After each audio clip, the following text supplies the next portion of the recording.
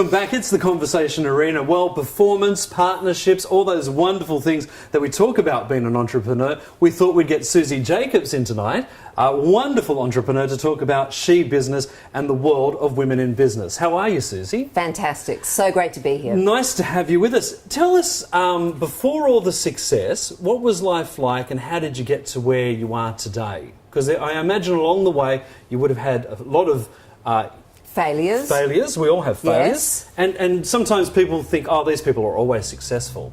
What did you learn from the failures? So much. Perseverance, apart from anything, and having something which can keep you on course. So having a very distinct dream and a vision of where you want your business to go. Yes. But that's not enough.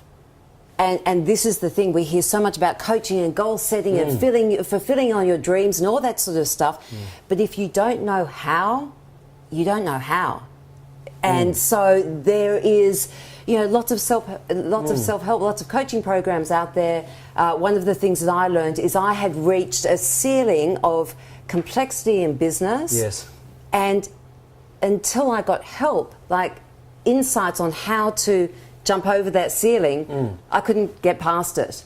So, in the whole world of knowledge, there's all the stuff that you know, all the stuff that you know that you don't know, and then there's all that stuff that we don't know that we don't know. Yeah.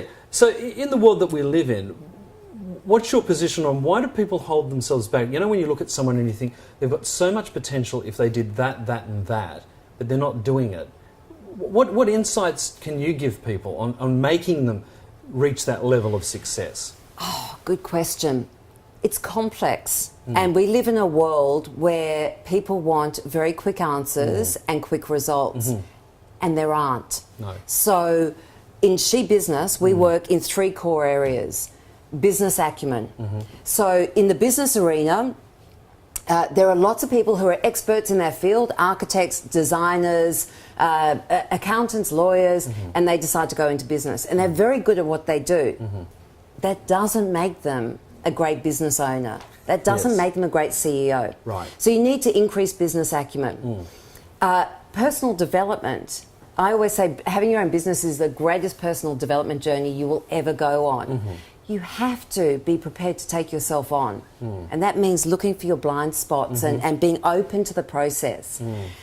And then you need a structure of support and accountability around you to hold you in that space so that when you feel as though you cannot take another step, you've got people around you who know you can and are going to push you through it.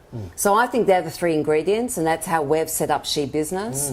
And so it's usually a mixture of those. And for some, it's more of the business development and business acumen. And for others, it's mindset. It's a combination. It's funny, in my career, I've always had women as bosses. And I've loved working for women. It's a very different dynamic in radio, in a very competitive field, to have women in positions of power. And a lot of men, because it's a dominated industry of males, find that quite difficult sometimes when a female comes in and she's the program director of a network. Yep. What would she know? Women bring a different level of sophistication to the business world. In a snapshot, what would be the top 3 things that they would bring into a business that males can't do? It's such a great conversation to be having. And back in the 80s, I don't know if you were in the business world then. I was probably at school. That's all right. I was in the business world. I put on my power suits and my tie, and I went out to the workforce and I tried to, fit into the male world. And we've evolved from there. It is so important that women get to value and men get to value the way that women do business. It's different. We have a different approach. We have a different way of learning, collaborating. We have different values. One of the things that we know about women who go into business for themselves, they go in there because they want to live with purpose. They want to impact their community. They need a lifestyle which is flexible and works for them. And then it is about making money. So it can go a bit haywire there. So I think some of those attributes about community, about collaboration, about relationships, we're definitely in the reputation economy, and the reputation means building relationships. So I think that they are no longer soft skills as they were once derogatorily referred to. They're now really keen skills. And in fact, there's great research out there which shows that they are the skills which will determine your success in life, more so than the harder skills. Now, recently I was up in London. So you lived in London and you've lived in different parts of the world. As a woman who works in the business world, what does international exposure give you in terms of your overall business career success? Context. Context. You just... you can see it from many more angles. You can. The thing about London, about Europe, is they've done hardship. They really know hardship on so many levels. We live in a very blessed country here in Australia. So I think more than anything, it gives you context and a bigger picture to work from. I still think as soon as you come back into Australia and you get absorbed back into life, it's very easy for that to be your reality. And I don't know that I learned I think the lessons have been the same in London as they have been in Sydney. I don't think that there's been that much of a difference. So the world that we're living in now, we're seeing a lot more competition. Yep. For women in business, what things do they need to do now if they're running a business and watching us today? Yep. And they're saying, you know what, I've got my shop, I've got this, I've got that, but that's not working, behind the scenes isn't working, I've got to brush up on how I manage people. For a start, how can you help them? So they need to know that they're not alone. Right. First and foremost, that is the experience for most business owners. Some of the statistics, 9 out of 10 businesses fail in the first 10 years. Women business owners, only 50% of them are paying themselves a wage. 73% of them are not contributing to superannuation funds. And we know this from research that came from the Women's Chamber of Commerce and Industry. So understanding that there's not something wrong with them. Yes. That they may be an expert TV presenter, they may be an expert, whatever it is, they weren't born and they have not been given the skills to become a CEO of a business. So the first thing is to ask for help.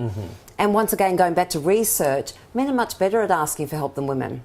And particularly, really? Yeah. I would never have thought that. So McKinsey's did a research in 2011. They spoke to the top 100 CEOs across Europe. Yes. Men outperform women when it comes to asking for what they need, just like walking into an office and asking for what they need. Yep. Women are so concerned about our relationships and how it's going to be viewed and all the other stuff behind the scenes. Yeah, absolutely. Wow. So that research shows us that women don't ask. So we need to be able to ask for the help. And then to understand that being a CEO is just a different ride. And we deliver just the most incredible... We do.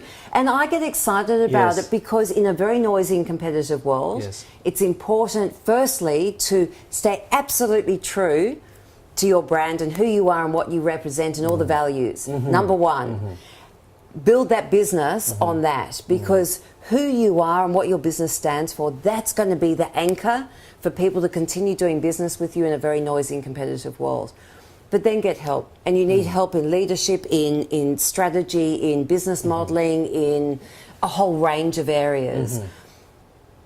What we see out there in this noisy world is lots of people doing quick seminars, quick workshops, I'll just do this and then I'll get the secrets to becoming... I'll walk over hot coals. A millionaire. Or, and people are promised all these kind of secrets to success.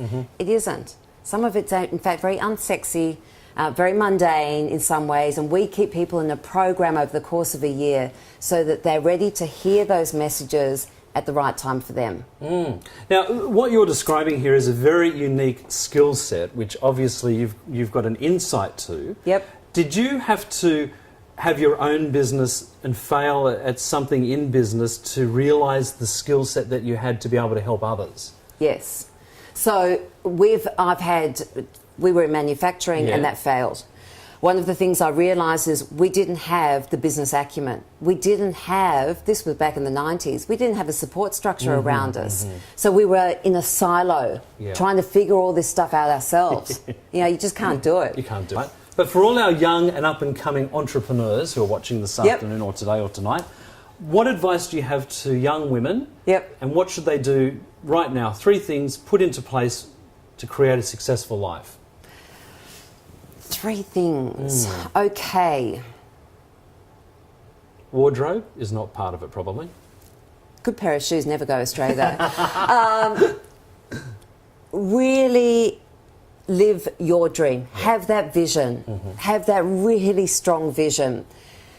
Know that that is not enough. You have to get the business skills in order to fulfill on that vision. Otherwise, it will just be an empty dream for the rest of your life that will become the biggest frustration and the biggest noose around your neck, because it will never fulfill its potential. So accept that you don't know the answers to it, and you're going to go and find the best people to help you to get there. Sure. And persevere with it. When you feel as though you cannot take another step, keep going, because success is around the corner. And I remember interviewing Prue Goward, who's a minister for community, and she said, you know, I asked her what are the factors of all successful businesswomen. She said there are been two things that she has noticed. The first is an ability to persevere. And the second for women is an ability to overlook the housework. So women need to be able to go, you know what, that's not our role, and really come to terms with a shift in our role in our family and in society. Fantastic. Well, Suzy Jacobs, thank you very much for joining us today on the Conversation Arena. It's riveting, actually, and I think what you've just said also applies to men. Absolutely. In a different way. Until women... Great ideas are great ideas. Yeah. But you've got to get the business skills around it. Yeah, absolutely. And that means getting the right people. Yeah, have to. So for more information, where can people go to seek out help and advice? Because you do all these wonderful seminars as well. We do seminars, we do a whole bunch of great stuff. So they can go to shebusiness.com and they can go to the She Business Facebook page. Fantastic. They can find us on Twitter, you know, the usual. There you go. Suzy Jacobs joining us on the Conversation Arena.